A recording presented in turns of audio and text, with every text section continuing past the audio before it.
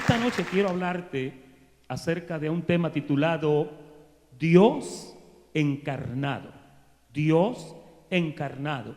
Y recibo las palabras dadas por el Espíritu para hablar como conviene a una congregación de santos. Dios es espíritu. Él es el Padre de los espíritus, dice la palabra. Él es el Padre de los espíritus porque Él creó todos los espíritus. Los espíritus entonces salieron de lo que es Él. Porque si Él es el Padre y los espíritus son los hijos, entonces esos espíritus son, podríamos llamarle, fragmentos de Dios.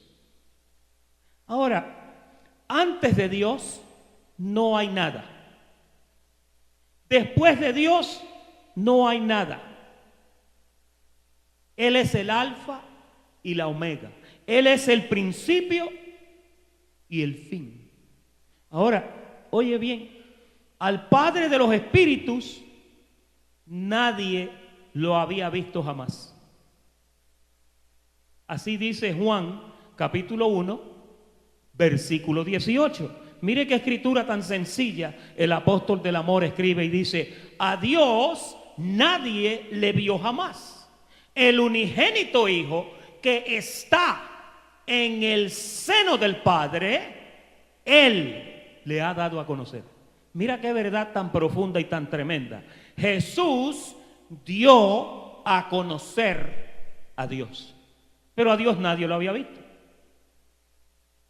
Es decir, que si el Hijo, aquel niñito que en su comienzo fue en un pesebre, engendrado en el vientre de una virgen, por obra del mismo Espíritu Santo, que es Dios mismo, porque acabamos de decir que Dios es Espíritu, fue el que dio a conocer a Dios, a aquel niño en el pesebre. Usted conoce toda la historia, posiblemente yo no te hable mucho de esa historia en esta noche, pero fíjate, sin el Hijo, entonces no hay conocimiento de Dios como el Padre. Porque si el Hijo fue que le dio a conocer, si el Hijo no hubiera venido, nosotros jamás hubiéramos conocido al Dios Padre. Mire hermanos, es el misterio más grande que encontramos en las Escrituras. Y cuando hablamos de Dios, no es fácil explicarlo, por cuanto no se sujeta a las leyes humanas que usted y yo conocemos. Hay gente que a veces cuando piensan en Dios, piensan en el Dios Padre, piensan en el Dios Hijo, piensan en el Dios Espíritu Santo. Y como nosotros somos humanos, y ahí mencionamos tres, pues hay gente que piensa que son tres. ¿Sí o no? Es lo correcto, hablando del punto de vista humano. Pero Dios es espíritu. Y a Él hay que conocerlo en espíritu y en verdad. Llegó un momento en la historia cuando Dios llevaría a cabo lo que desde antes de las edades, oiga bien, ya Él se había propuesto. Y era venir a participar de carne y de sangre. Vamos a ver cómo la Biblia nos dice eso. Hebreos capítulo 2 y verso 14 dice: así que por cuanto los hijos participaron de carne y sangre, ¿cuáles son los hijos? Los primeros espíritus que Él empezó a enviar a la tierra comenzaron a participar de carne y de sangre. Pues ahí dice que de la misma forma Él también participó de lo mismo para destruir por medio de la muerte al que tiene, o no lo tiene ya, al que tenía el imperio de la muerte. Esto es a quién. Cuando usted lee un verso como este y a usted le hablan del diablo, ¿qué usted piensa? Ahí dice que la misión de él venir fue para destruir el que tenía el imperio de la muerte, esto es al diablo. Pero fíjese, no se queda ahí. Mira cómo dice el verso 15. El verso 15 dice: y además de eso, librar a todos los que por el temor de la muerte estaban durante toda la vida sujetos a servidumbre. ¿Cuántos aquí le tienen miedo a la muerte? Sea sincero, usted le tiene miedo a la muerte. Cuando usted está en la calle y usted oye un carro, usted corre aunque usted esté cojo. Y si usted anda en un andador, el andador se convierte en un turbo y usted sale corriendo. Porque todos tememos a la muerte. Hay un instinto que se llama el instinto de autopreservación en nosotros que nos dicta y que nos dice que tenemos que cuidarnos. ¿Sí o no? Aún los animales, usted mira los pájaros, usted mira los cuadrúpedos, usted mira los peces, todo hay un instinto de supervivencia con el que ellos se protegen, porque cada uno protege la vida que Dios le dio. Pero ahí dice que Él vino para eliminar el temor que se tenía de la muerte.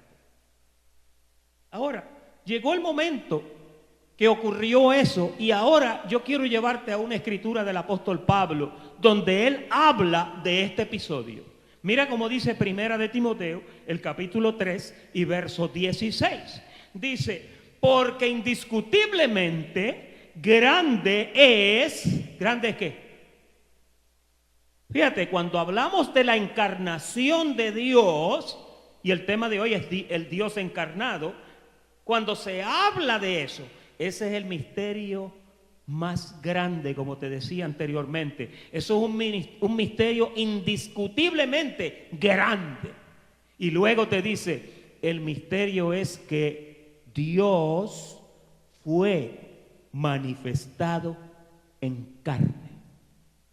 Y cuando tú miras una escritura como esa, inmediatamente tú comienzas a pensar, ven acá, ¿quién fue que se manifestó? ¿Fue el Hijo? ¿Fue el Padre? ¿Cómo fue esto? Ahí dice que fue Dios. Y es específico. El apóstol Pablo es específico. Dice, Dios fue manifestado en carne, justificado en el Espíritu. ¿Y qué dice después? Fíjate, en el verso anterior que leímos de Juan 1:18 decía que al Señor nadie jamás le había visto. Los que estaban en el cielo nunca lo habían visto. Era un espíritu que no se había dado a conocer. Qué interesante es eso, ¿verdad? Pero ahora aquí dice que cuando Dios fue manifestado en carne, por primera vez fue visto de los ángeles. Por eso cuando tú lees a Mateo y a Lucas, tú ves que cuando el niño estaba en el pesebre, dice que se vio un coro de ángeles, todos los ángeles. Yo creo que se vació el cielo. Se vació el cielo, todos volaron a ver al niño. Todos vinieron a adorar al niño, porque por primera vez los ángeles veían a Dios manifestado en carne. Y el ángel, cuando habló, fue específico. El ángel dijo, este es Emmanuel, que traducido es ¿qué? Dios con nosotros. Fíjate, cuando tú ves expresiones como estas, tú tienes que ponerte a pensar y decir, ¿fue que mandaron a alguien o fue que Dios mismo vino? Y esa es la pregunta. Esa es la pregunta. Tú has oído muchas historias y cuando tú lees a Juan 3:16 dice, porque de tal manera amó Dios al mundo que envió a su Hijo unigénito. ¿Lo ve que lo envió, pastor? Pero tú tienes que entender que es un misterio. Es un misterio porque en el verso anterior decía que el Hijo dio a conocer al Padre. Ahora, dice ahí que fue visto por los ángeles, fue predicado a los gentiles, creído en el mundo y recibido arriba en gloria. Yo pregunto, ¿quién fue recibido arriba en gloria? Fue Jesús el que subió, ¿sí o no? Pero ¿qué dice el principio del verso? Grande es el misterio de la piedad. Dios fue manifestado en carne. El Dios que fue manifestado en carne fue el Dios que subió arriba y fue recibido en gloria. Eso pone a pensar a cualquier doctor. Ahora, mira lo que Pablo añade en Colosenses, el capítulo 2 y verso 9. Dice, porque en Él, hablando de Jesucristo, porque en Él habita corporalmente parte de la plenitud de Dios. Nota que ahí dice toda la plenitud de la deidad, de lo que es Dios, ¿no? Mira el verso 10. En el verso 10 lo aclara, dice, y vosotros estáis completos en Él, que es la cabeza de todo principado y de toda autoridad. Cuando tú miras versos como este, o potestad, tú te pones a pensar y tú dices, entonces, Dios fue manifestado en carne, Jesús fue que dio a conocer al Padre, ahora dice que es un misterio de la piedad, que Él fue manifestado en carne, y aquí viene y te dice que en aquel que fue manifestado en carne habitaba toda la plenitud de la deidad de Dios. Cuando tú ves un verso como ese, tú te pones a pensar, porque fíjate, cuando la Biblia habla de Dios, lo pone como la plenitud del que todo lo llena. Mira, Dios no puede evitar llenarlo todo. Dios es un espíritu tan poderoso que Él está en todas partes a la misma vez. La Biblia dice que Él es omnisciente porque todo lo sabe. Él es omnipotente porque todo lo puede. ¿Y Él es qué? Él es omnipresente porque Él puede estar presente en todas partes sin poder evitarlo. Él llena toda la creación. La Biblia dice que en la tierra todas las cosas que subsisten por causa de Él. Pero yo quiero llevarte un poquito más profundo. Vamos a Juan, el capítulo 14 y verso 8. Felipe le dijo, Señor, muéstranos al Padre y nos basta. Mira el verso 9. Jesús le dijo, ¿tanto tiempo hace que estoy con vosotros y no me has conocido, Felipe? El que me ha visto a mí, ¿ha visto a quién? Fíjate, para Jesús poder decir esto, Jesús tenía que ser Dios. Porque tú no puedes decir, el que me ha visto a mí, ha visto a mi papá. No, te he visto a ti, pero ¿dónde está el viejo? ¿Dónde está tu papá? Pero Jesús lo dijo porque Él dio a conocer. Esto es un verso con una revelación poderosa. Mira cómo dice, el que me ha visto a mí, ha visto al Padre. ¿Cómo pues dices, muéstranos al Padre? Mira el verso 10. El verso 10. ¿No crees que yo soy en el Padre? Oye. ¿No crees que yo soy en el Padre y el Padre en mí? Mira, eso es una jeringonza, un lenguaje que yo lo tuve que leer unas cuantas veces y yo decía, ¿por qué Jesús dijo, no crees que yo soy en el Padre? Cuando Él dice, yo soy en el Padre, es, yo no puedo ser fuera del Padre. Yo soy en el Padre, y oye esto, y el Padre en mí. El Padre no puede ser sin mí. Eso es lo que estaba diciendo. Las palabras que yo os hablo, no las hablo por mi propia cuenta, sino el Padre que mora en los cielos. Nota que ahí no dice, Él ahí tenía que decir, el Padre mora en los cielos si el Padre estaba en el cielo.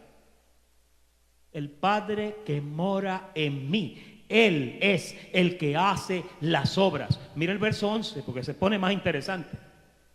Creedme que yo soy en el Padre y el Padre en mí. Así es como Dios quiere que tú creas en Él. Dios te dice hoy, créeme que yo soy en el Padre y el Padre en mí. Se lo dijo a Felipe, se lo dijo a los discípulos y ahora nos lo está diciendo a nosotros.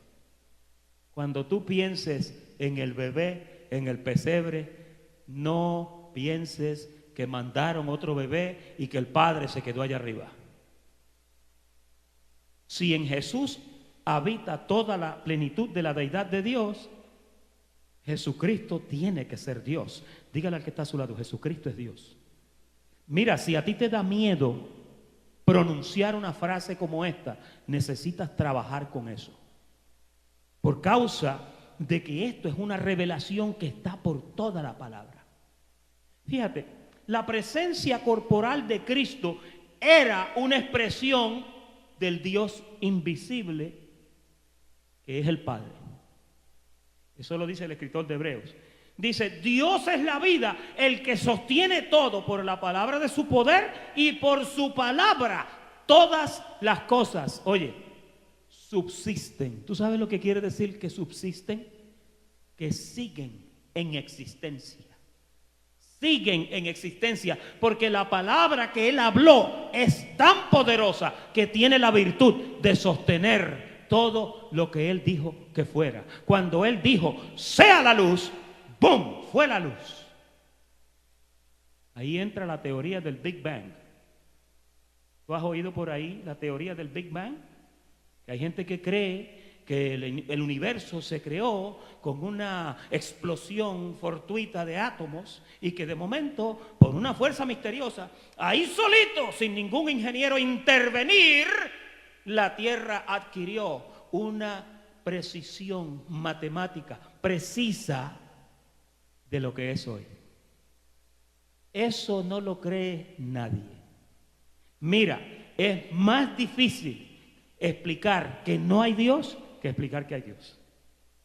Aún en las ciencias de la metafísica y las ciencias ocultas dicen que el universo tuvo que haber sido creado, tuvo que haber una mano ingeniera detrás de eso. El mundo no se hizo solo. Y yo creo en la teoría del Big Bang. Dios dijo, sea la luz, ¡bang!, y fue la luz. Sí, porque Dios lo hizo todo con la palabra de su poder. Mira cómo el escritor de Hebreos nos habla de este misterio. Hebreos 1:1. Dios, habiendo hablado muchas veces y de muchas maneras en otro tiempo a los padres por los profetas, mira lo que dice, ahora en estos postreros días nos ha hablado ¿por quién? Por el Hijo, a quien constituyó heredero de todo, y oye esto, y por quien asimismo hizo el universo. ¿Cómo Dios hizo el universo? Por medio de lo que conocemos que se llama el Hijo. Mira el verso 3, se pone más interesante. El cual, el Hijo, siendo el resplandor de su gloria, oye esto, y la imagen misma de su sustancia, y quien sustenta, aquí está hablando de Jesús, y quien sustenta todas las cosas por la palabra de su poder, habiendo efectuado la purificación de nuestros pecados por medio de sí mismo, se sentó a la diestra de la majestad en las alturas. Y mira el verso 4, mira qué lindo. Hecho tanto superior a los ángeles, cuanto heredó más excelente nombre que ellos. Esto es un lenguaje demasiado de profundo. Ahí cuando tú ves la palabra hecho, tú dices, ¿lo ves, pastor, que lo fabricaron? Entonces, con Dios tú tienes que tener cuidado, porque a Dios nadie lo fabricó. A Jesús nadie lo fabricó. Fíjate, cuando Él decidió nacer, el Espíritu Santo, que es el mismo, hizo sombra sobre una virgen, la famosa Virgen María. Y la Virgen María, sin intervención de ningún varón, por obra del Espíritu Santo, nace aquel niño. En aquel niño no hay genética de hombre. Era importante que no hubiera intervención de hombre. ¿Por qué? Porque todos nosotros, por Adán, hemos muerto en lo que es el reino carne. Primera de Corintios 15:22 dice que así como en Adán todos mueren, él no podía tener ninguna genética de hombre. Por eso el Espíritu hace sombra sobre una virgen, crea un cuerpo, y cuando aquel niño sale, aquel niño no tiene padre. Aquel niño es el padre de los espíritus. En aquel niño vive Dios mismo. Yo vi un bumper sticker que decía, María, la Madre de Dios. Y abajo decía, Jesús, el Padre de María. Es una gran realidad. Tú piensas, todo lo que hay en el universo salió de Él. Todo lo que existe fue por Él. Todo lo que está en existencia existe por medio de Él, y dice la palabra, por medio de Él y para Él. Aquí nadie tiene propiedad de nada. Todo es propiedad de Él. Él es dueño de todos los reinos. Él es dueño de todas las cosas. ¿Te puedo llevar un poquito más profundo? Efesios capítulo 1, versículo 19.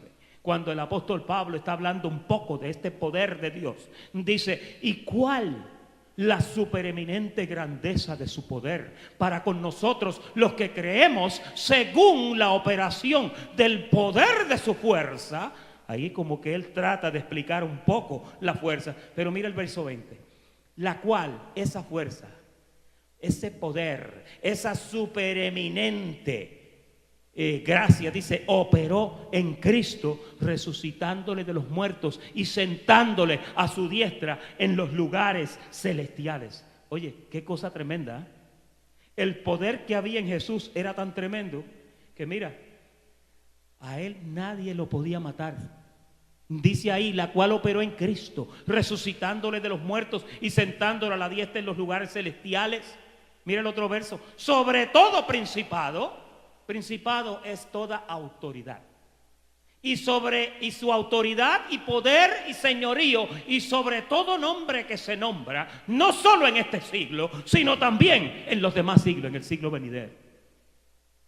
Versículo 22, y sometió, oye, mira qué lindo esto. Después que te habla del poder poderoso que es Dios, después que te habla de eso que operó en Jesucristo, ahora te dice que todo eso está sometido, todas las cosas están sometidas bajo los pies de aquel niño que nació en el pesebre. Y lo dio por cabeza, sobre todas las cosas, a la iglesia. Qué tremendo. Mira el verso del 23, la cual, y ahí entramos tú y yo, la cual es su cuerpo, la plenitud del que todo lo llena en todo. El poder que levantó a Jesucristo de los muertos, ese poder vive dentro de ti. A veces yo oigo a la gente hablar, a veces oigo unas confesiones tan raquíticas, a veces escucho una confesión empobrecida, donde hay gente que hablan como si Dios no existiera o como si Dios no habitara en ellos. Mientras más confianza tú tengas en Dios, más patente se hace su poder en tu vida. El apóstol Pablo, cuando hablaba de esto, decía, para que la vida de Jesús se manifieste en vuestros cuerpos mortales. La vida de Jesús tiene esa capacidad. La vida que lo levantó a él de los muertos lo puede hacer. Hermanos, cuando usted lea la Biblia y usted vea pasajes donde supuestamente el Padre le habla al Hijo, y de esas hay muchas, usted tiene que tener cuidado, entienda que se escribe de esa forma para ilustrar lo que Dios siente o lo que Dios quiere hacer. No significa que Dios está teniendo un diálogo con el nene Jesús que está sentado al lado de él. Por favor. Mira cómo dice Isaías capítulo 6 y verso 8, que esta es una instancia donde ocurre eso. Este verso quizás lo han leído montones de personas. Usted quizás lo ha leído montones de veces. Después oí la voz del Señor que decía, ¿a quién enviaré? ¿Y quién irá por nosotros? Entonces respondí yo, heme aquí, envíame a mí. Cuando usted mira esta expresión, en lo que es la actitud profética, usted tiene que entender que lo que la Escritura trata de ilustrarte es que Dios de momento dijo, ¿a quién voy a enviar? Haciéndose un diálogo.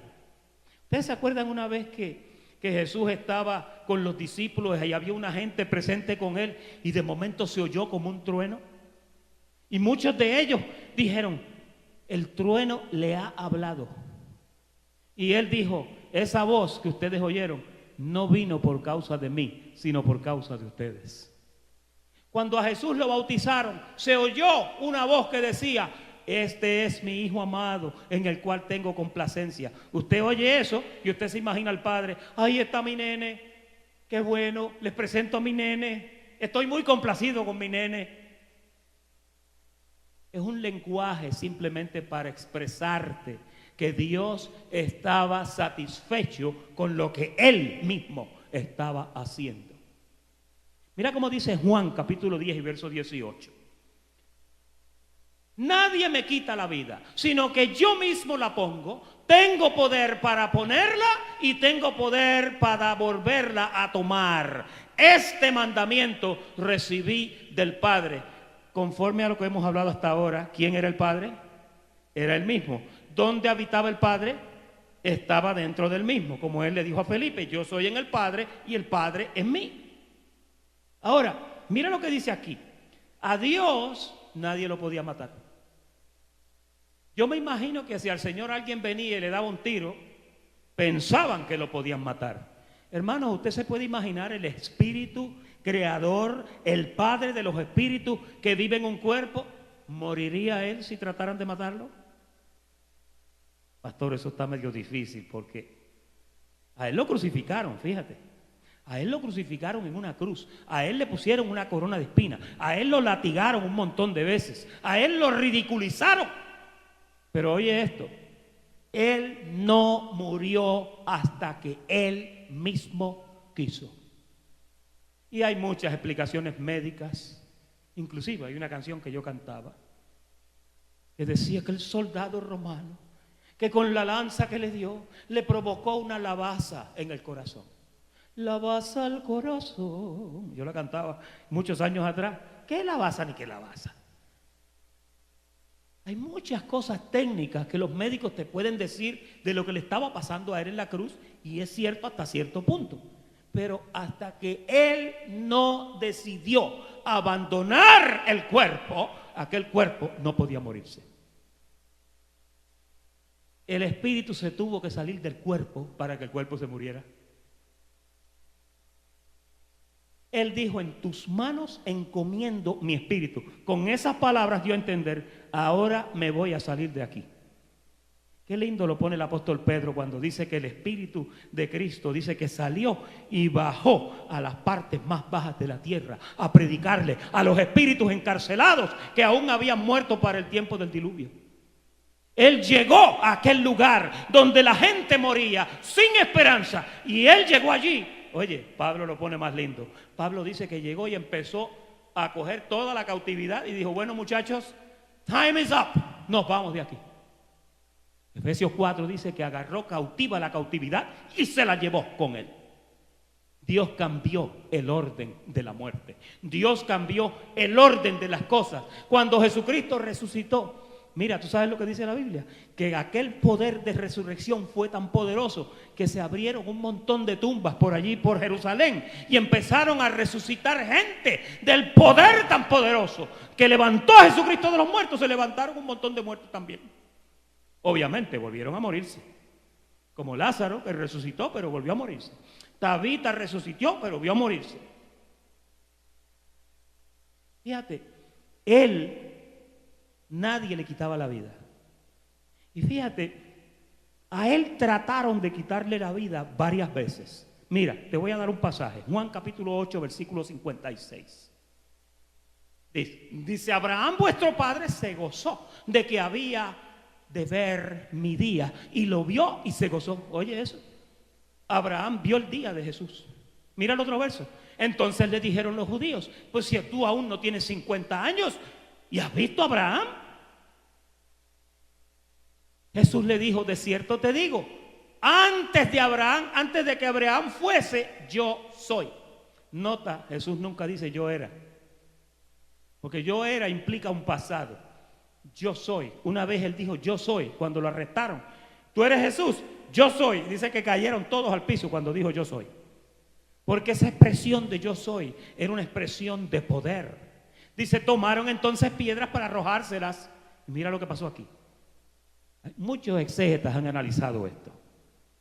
Tomaron piedras para arrojárselas, pero Jesús se escondió, oye, y salió del templo, y atravesando por la puerta de atrás.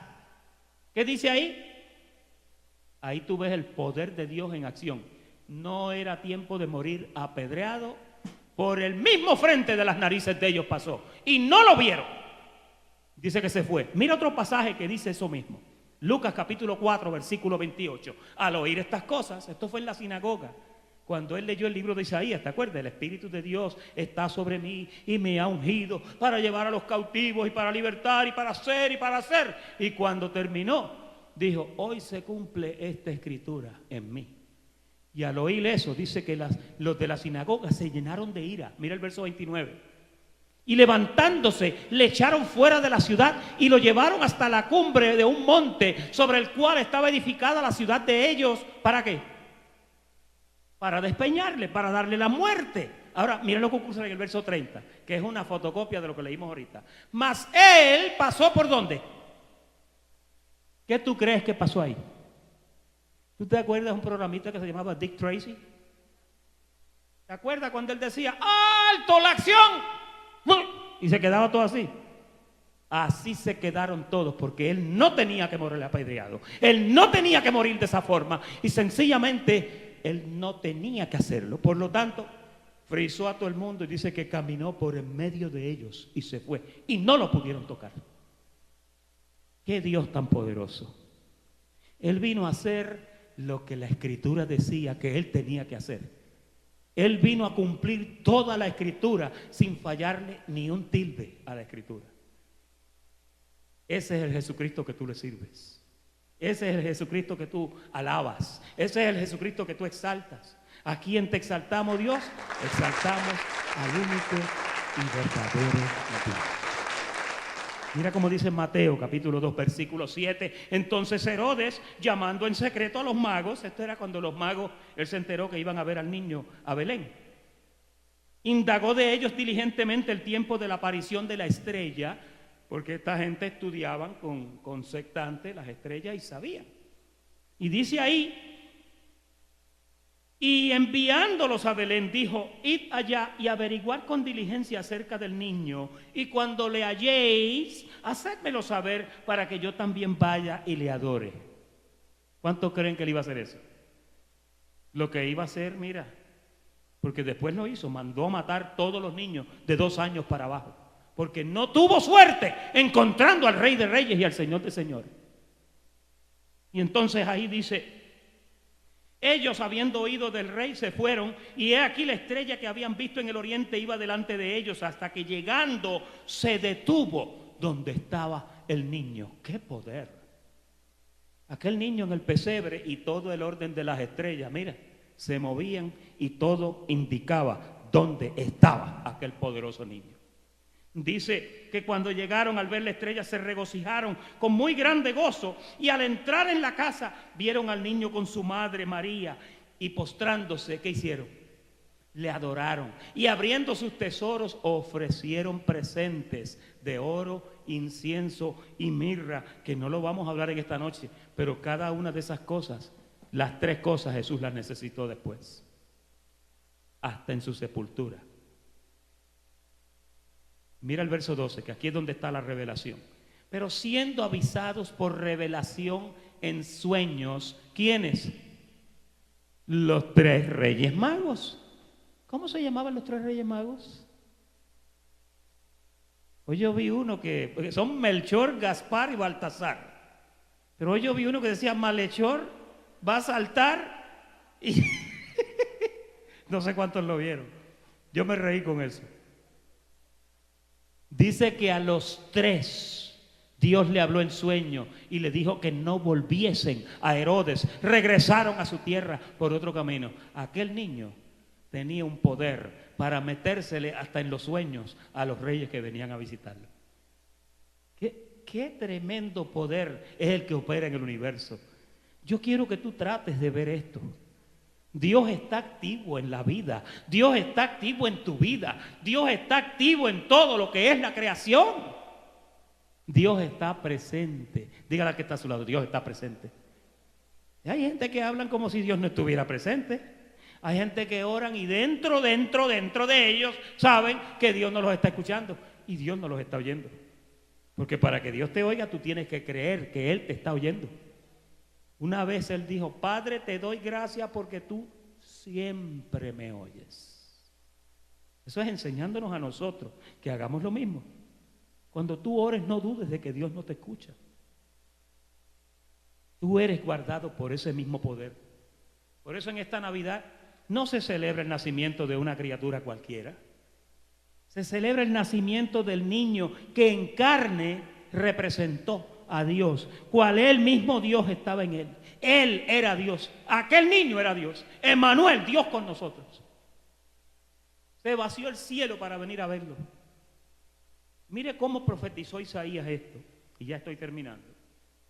En Isaías 9:6, cuando él habla de este niño, dice, porque un niño nos es nacido, hijo nos es dado.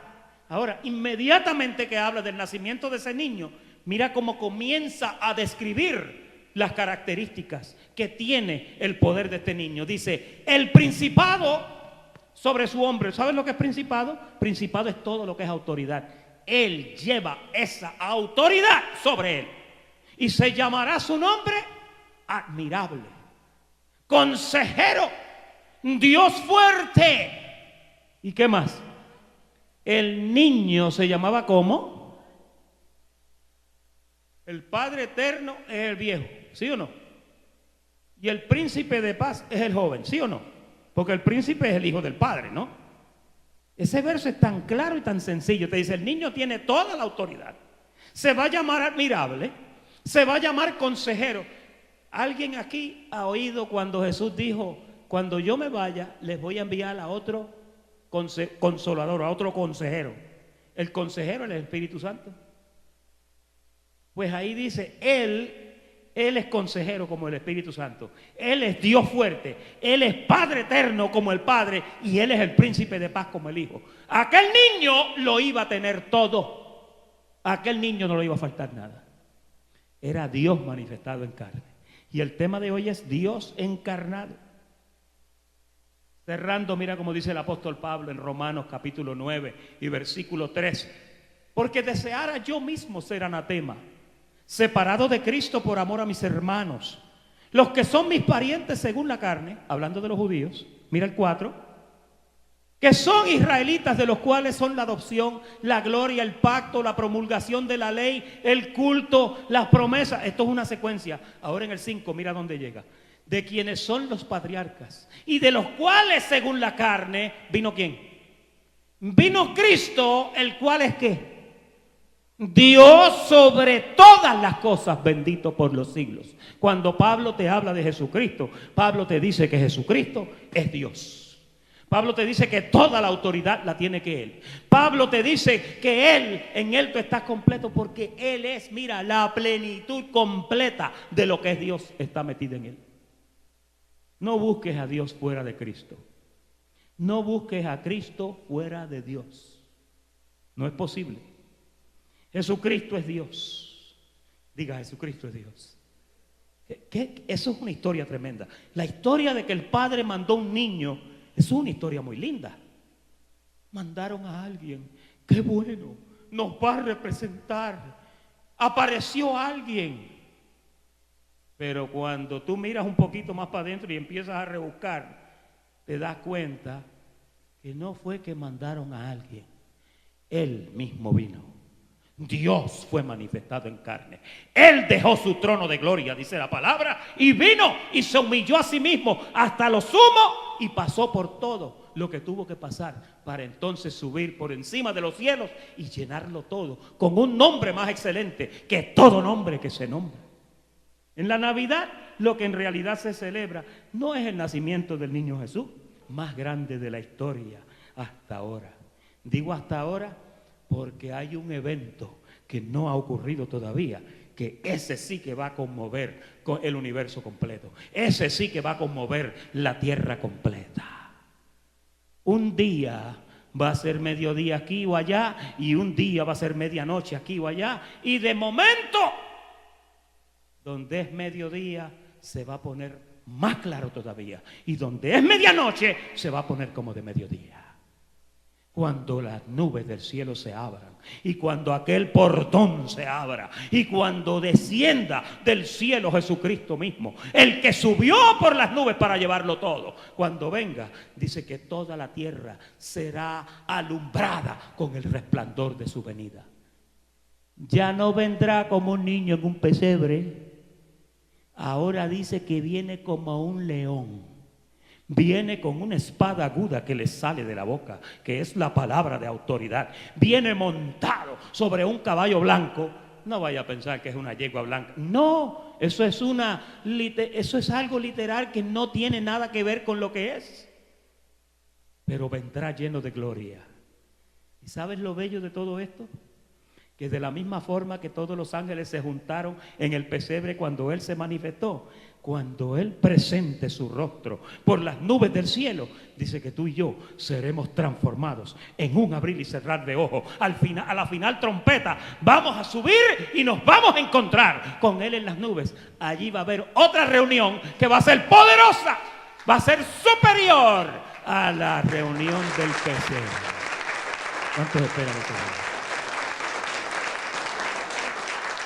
Dios encarnado, Dios manifestado en carne, Dios visitando la tierra en un cuerpo como el tuyo y como el mío, Dios dejándose ver por primera vez en aquel momento, y en su venida se va a dejar ver por última vez. Los que lo traspasaron lo van a ver.